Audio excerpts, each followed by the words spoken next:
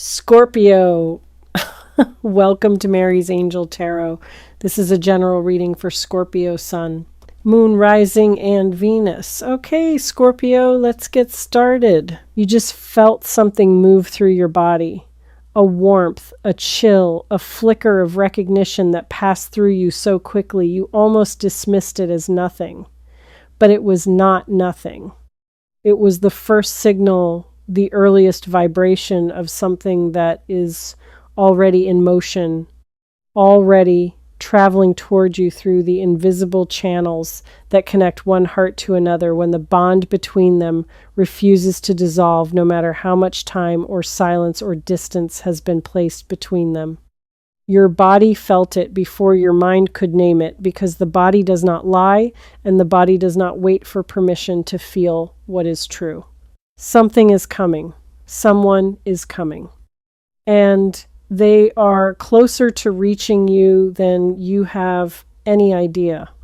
I need you to stay with me for the entirety of this message, because what is unfolding right now is not a gradual, slow building shift that you have weeks or months to prepare for. This is immediate.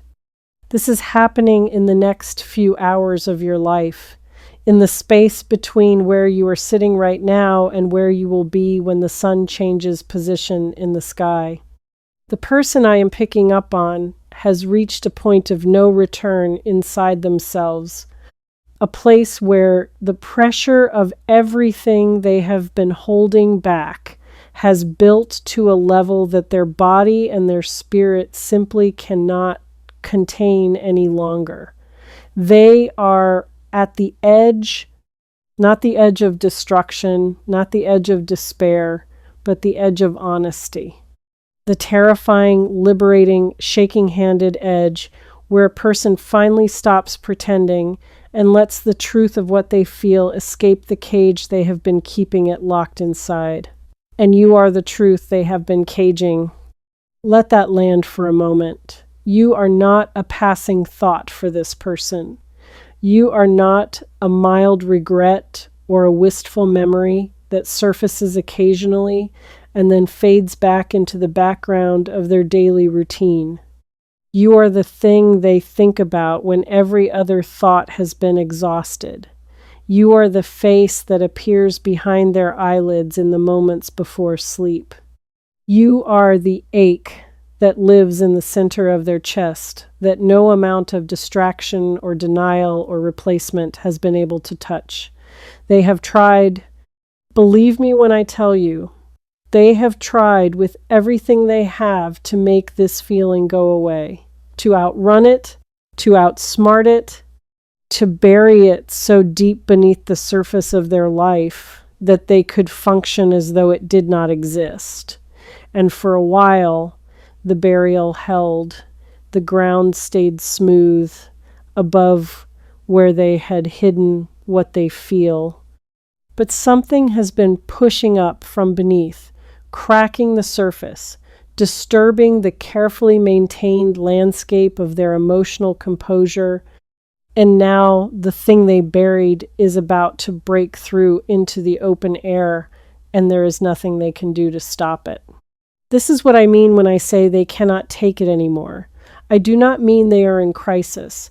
I do not mean they are falling apart in a way that should concern you or trigger your instinct to rescue.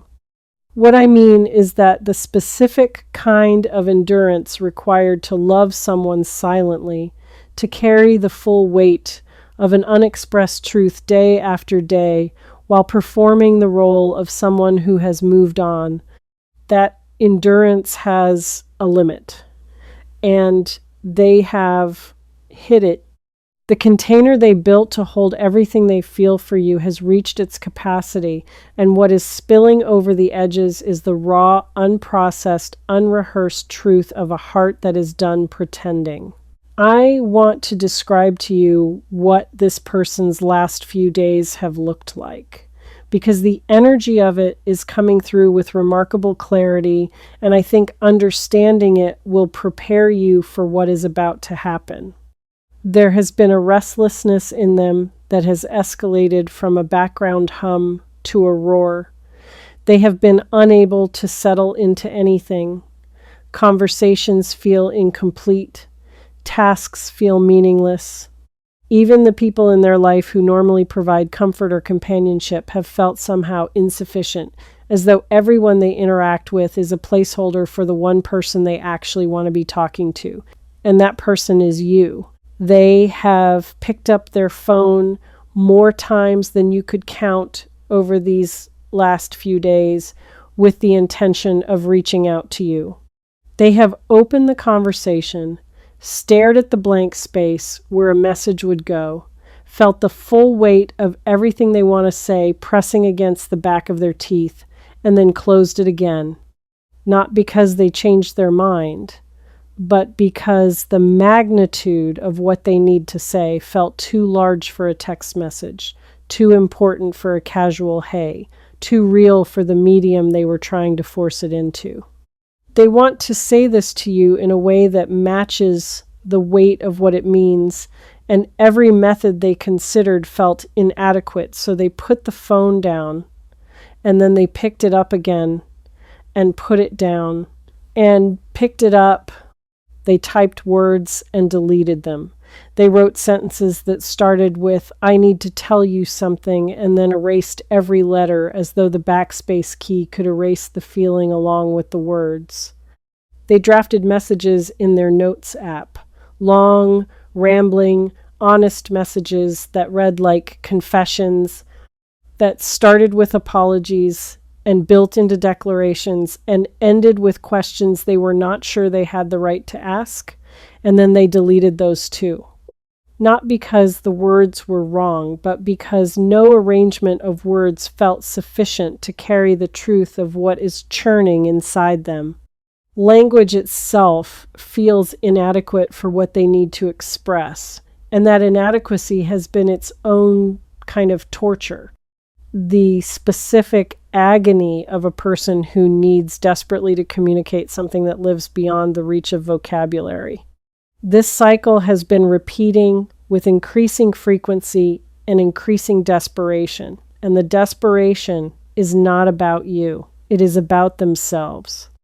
It is the desperation of a person who can feel the truth rising inside them like a tide they cannot hold back, who knows that the moment of honesty is approaching whether they choose it or not, and who is grappling with the terrifying realization that control, the thing they have clung to most tightly throughout this entire separation, is no longer an option.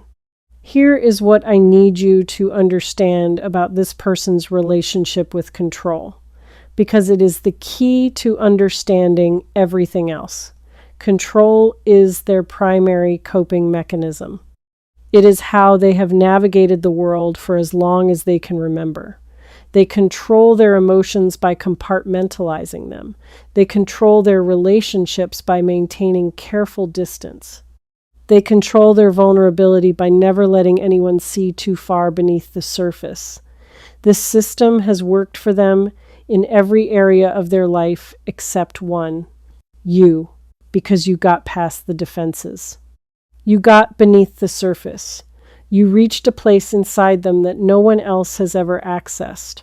And the intimacy of that access was both the most beautiful and the most destabilizing thing they have ever experienced.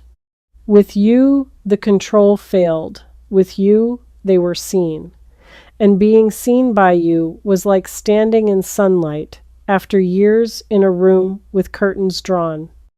Blinding and warm and overwhelming and so fundamentally different from everything they were accustomed to that they did not know how to stay in it without burning. And the thing about being seen that no one talks about is that it is addictive, not in a destructive way, but in the way that truth is addictive once you have tasted it. Once someone has seen you, truly seen you, with all your imperfections and contradictions and hidden soft places exposed, and they stayed anyway, something fundamental shifts in your understanding of what is possible between two people. That shift cannot be reversed. It cannot be unlearned. You cannot unknow the experience of being fully known and fully accepted And you cannot go back to a life of surface level connections without feeling the absence of that depth, like a hunger that no amount of ordinary food can satisfy. This person tasted the depth of being known by you, and every connection they have had since has left them starving.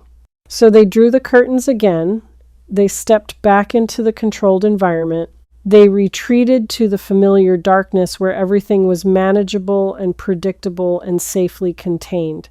But here is what they did not anticipate. Once your eyes have adjusted to sunlight, the darkness is not comfortable anymore. It is suffocating.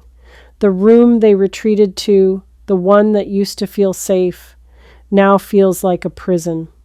The control they reestablished, the one that used to feel like power, now feels like cowardice. And the distance they created, the one that used to feel like self-preservation, now feels like the single most self-destructive choice they have ever made. That realization that the thing they thought was keeping them safe is actually the thing that is killing them slowly, is what has pushed them to the breaking point you are sensing right now. It is not a small realization. It is the kind that restructures a person's entire understanding of themselves, that forces them to confront the question they have been avoiding for as long as they can remember. What am I actually afraid of? And when they finally sat with that question, when they finally let it exist without immediately burying it under distraction or rationalization, the answer that surfaced was as simple as it was devastating. They are afraid of needing you, not wanting you, because wanting can be controlled, managed, rationed, but needing. Needing is a different animal entirely. Needing means acknowledging that their life is incomplete without your presence in it.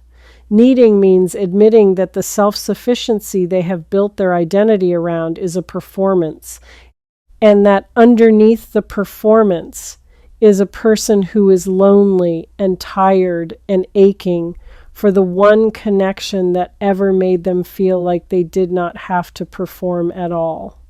I want to turn my attention to you now, because you are not merely the recipient of someone else's emotional breakthrough. You are a full participant in this story, and what is happening inside you right now is just as significant as what is happening inside them. You have been feeling something building over the last several days, haven't you? Not a thought, exactly, more like a pressure. A sense that the atmosphere around your life is thickening, condensing, gathering itself the way clouds gather before rain. You have been restless in ways that do not match your circumstances. Distracted in ways you cannot explain. Drawn to your phone without knowing who you are expecting to hear from. Pulled toward windows and doorways as though some part of you knows that what you are waiting for is going to arrive through physical space, through the actual door of your actual life, not as an abstract spiritual concept, but as a living, breathing human being who has finally found the courage to show up. Your body has been preparing for this. That is what the restlessness is. That is what the sleeplessness is. That is what the strange, unexplained waves of emotion are. Your physical being is calibrating itself to the frequency of what is approaching, adjusting its receptors, opening its channels, getting ready to receive an energy that it has been starving for, even as your mind insisted that you were fine without it. You were not fine. You are not fine. And the bravest thing you can do right now is admit that to yourself without the protective layer of, I should be over this by now, or I do not need anyone. There is a particular kind of loneliness that exists even in the middle of a full life, even when you are surrounded by people who care about you, even when your days are busy and your calendar is full, and by every external measure, you are thriving. It is the loneliness of the specifically missing. Not a general absence of connection, but the specific absence of one particular connection, one particular voice, one particular way of being seen that no other relationship in your life, no matter how loving or supportive, has been able to replicate. You have felt that specific loneliness. You have felt it sitting at dinner tables surrounded by people who love you. You have felt it in the middle of laughter, a sudden drop in your stomach that reminds you that the one person whose laughter used to harmonize with yours is not in the room. You have felt it in bed at night, not as a desire for physical closeness necessarily, but as the awareness of an empty frequency, a station that used to broadcast warmth and safety and understanding directly into your nervous system that has been nothing but static since they left. You do need, not in a way that diminishes you, but in the way that all human beings need connection, presence, the irreplaceable experience of being truly known by another person. That need is not weakness. It is the most fundamental expression of what it means to be alive. And here is something I want to speak into with all the tenderness I can gather, because I know this is the part that hurts the most. You have been pretending, not to the world, not to your friends, not to the people who ask how you are doing and accept fine as a complete answer.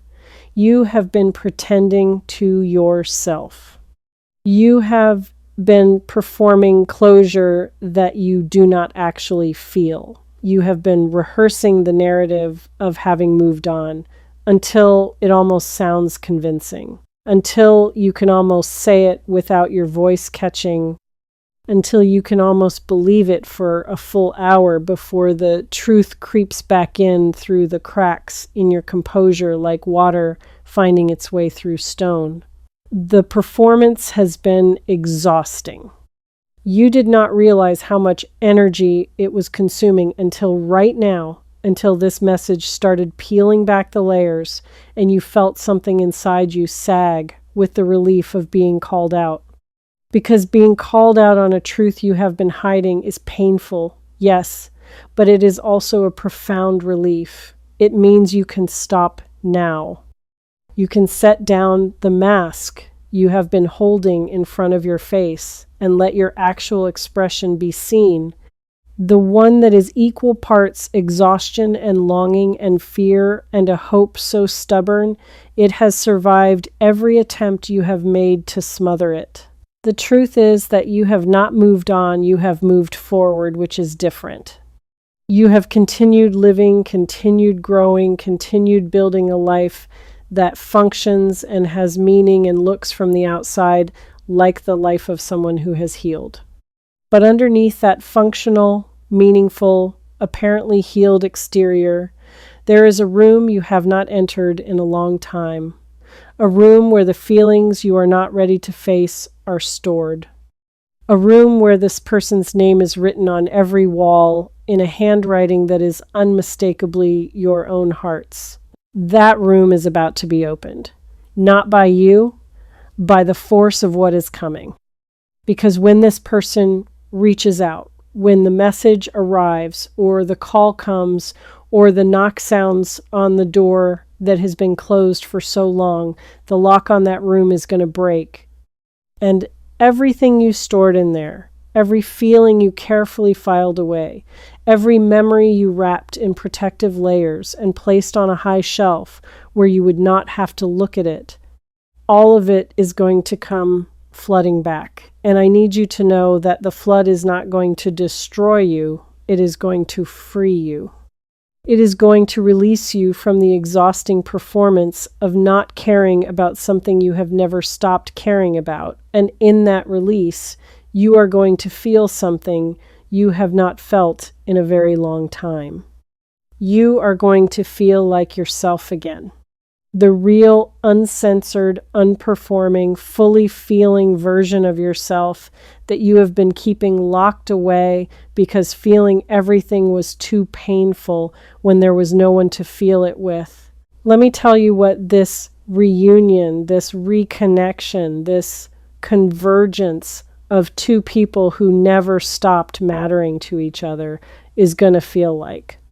Because the energy of it is so vivid and so specific that I can almost feel it in my own body as I describe it. The first moment is going to be electric. Not comfortable, not smooth, not the easy warmth of picking up where you left off.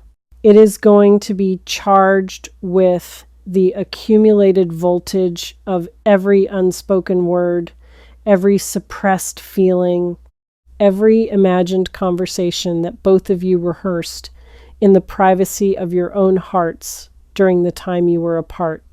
There will be a beat, a pause, a fraction of a second where you look at each other and the full weight of the separation lands between you like a physical thing, dense and real and impossible to ignore. And in that pause, time is going to do something strange. It is going to slow down, not metaphorically, but perceptually. The way it slows in moments of extreme significance, the way your brain records certain memories in higher resolution than others, because it recognizes instinctively that what is happening right now matters, that this is one of the moments that the rest of your life will be measured against. You will notice details you would normally miss, the exact shade of their eyes, the way they hold their shoulders, something about their face that has changed, something subtler and more profound than physical aging, a softness that was not there before, or a weariness that tells you without words that the separation cost them as dearly as it cost you. And in that fraction of a second, before words come, before explanations begin, before the careful negotiation of what comes next gets underway, you are going to know. You are going to know from the way they look at you, from the thing in their eyes that was not there before, from the tremble in their voice or the set of their jaw or the way their hands move, as though they want to reach for you but are not sure they are allowed to. You are going to know that this is different. This is not a visit. This is not a test. This is not someone dipping a toe back into the water to see if it is warm enough. This is someone jumping in, fully, completely, with the terrified, exhilarated commitment of a person who knows that the jump is the only honest thing left to do. And here is something beautiful that you need to hear. They are not coming back to the person you used to be. They are coming back to the person you are now. And the person you are now is someone who has been forged in the fire of their absence. You are stronger, not the brittle, defensive kind of strong that breaks under pressure, but the deep, flexible, rooted kind of strong that bends in the storm and returns to standing when the wind passes. You are wiser, not the cynical, trust no one kind of wise that is really just fear wearing a sophisticated mask, but the genuine, earned, experience-born kind of wise that knows how to hold a heart, both yours and someone else's, with care and with boundaries, and with the kind of love that does not require you to sacrifice yourself on the altar of someone else's comfort. You are whole. Not because you filled the empty space they left with something else, but because you discovered that the empty space was never actually empty. It was full of you. Full of parts of yourself you had never met because you were always looking outward for completion instead of inward.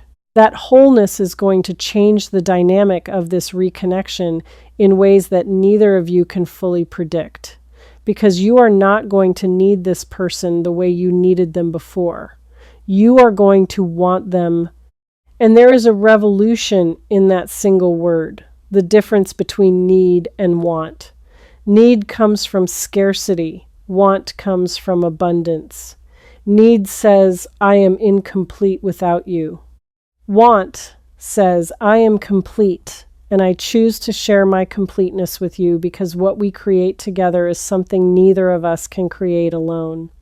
That shift from need to want is the most important thing that has happened during this separation, and it is the thing that makes whatever comes next sustainable in a way that what came before never was. And this person is going to feel that shift the moment they are in your presence. They are going to feel that you are not reaching for them from a place of desperation, but from a place of choice. And that distinction, subtle as it may seem, is going to change everything for them, because a person who needs you can be taken for granted. A person who wants you, a person who could be whole without you but chooses not to be, that person commands a different kind of respect, a different kind of attention, a different kind of devotion. They are going to look at you and see someone who does not need rescuing, who does not need completing, who does not need them to fill a void, because the void has already been filled from the inside. And that realization is going to inspire them to show up differently than they ever have before. Not because they are performing, but because you have raised the standard simply by becoming whole. And people rise to meet the standard of whoever stands in front of them. I want to speak now to the question that is forming in your mind even as you listen to all of this. The question is, can I trust this? Can I trust that what I am hearing is real?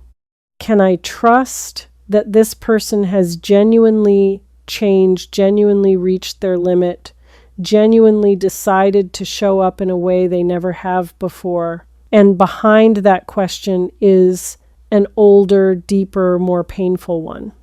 Can I trust myself to know the difference between hope and delusion, between intuition and wishful thinking, between a genuine shift and another cycle of the same pattern that has hurt me before? Here is what I want to offer you in response to that question.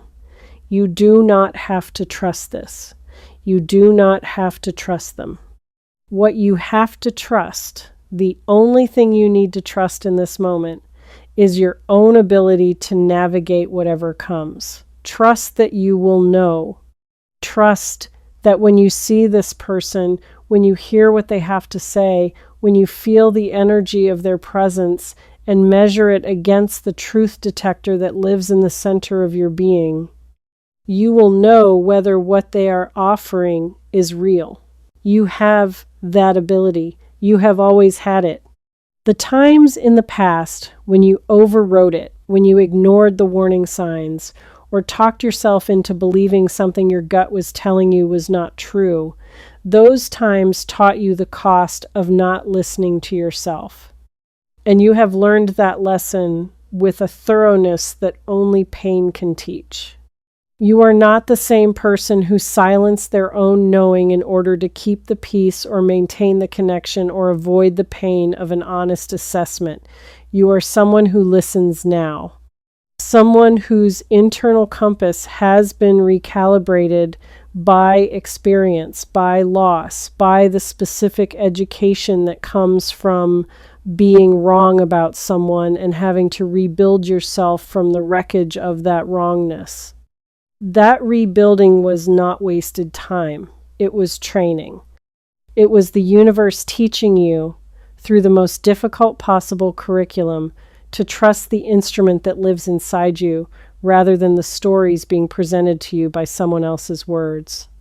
Someone who can stand in the presence of this person and feel with absolute accuracy whether the ground beneath them is solid or whether it is made of the same sand it was made of before. Trust that compass. It will not fail you. Not this time. Not ever again. There is one more layer to this that I feel compelled to address before this message reaches its close. Here on Mary's Angel Tarot, when The energy of a message pushes through with this kind of urgency, this kind of insistence on immediacy. It is because the window matters. What I am sensing is not a general prediction about someone eventually finding their way back to you at some undefined point in the future. This is specific. This is imminent. The next few hours of your life carry a charge that is different from the hours that came before them. There is a momentum in the energy right now that feels almost physical, like a wave that has crested and is now falling toward the shore with the full weight of the ocean behind it. You cannot stop a wave at that stage. You can only position yourself to receive it. And positioning yourself is simpler than you might think. It does not require ritual or preparation or any dramatic gesture of readiness. It requires only this: honesty. Be honest with yourself about what you want. Be honest about what you feel. Be honest about the fact that this connection, messy and complicated and painful as it has been, still matters to you in a way that defies every rational argument against it. That honesty is the only preparation you need, because honesty is the frequency that this person is finally broadcasting on, and your receiver needs to be tuned to the same station in order to pick up what they are sending.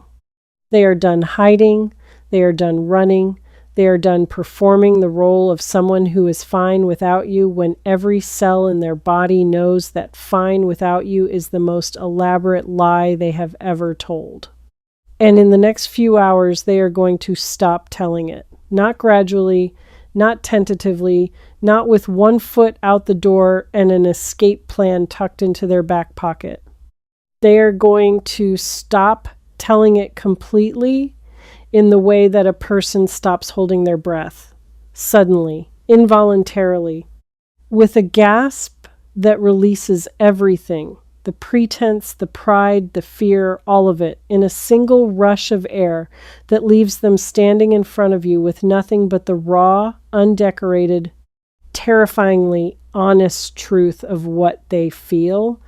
When that moment comes, and it is coming so soon that you can almost feel the air pressure changing around you right now, remember this: you are not obligated to respond in any particular way.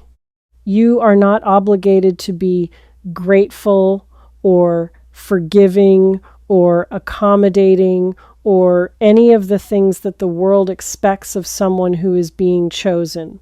The only thing you are obligated to do is be real. Be as real as they are being.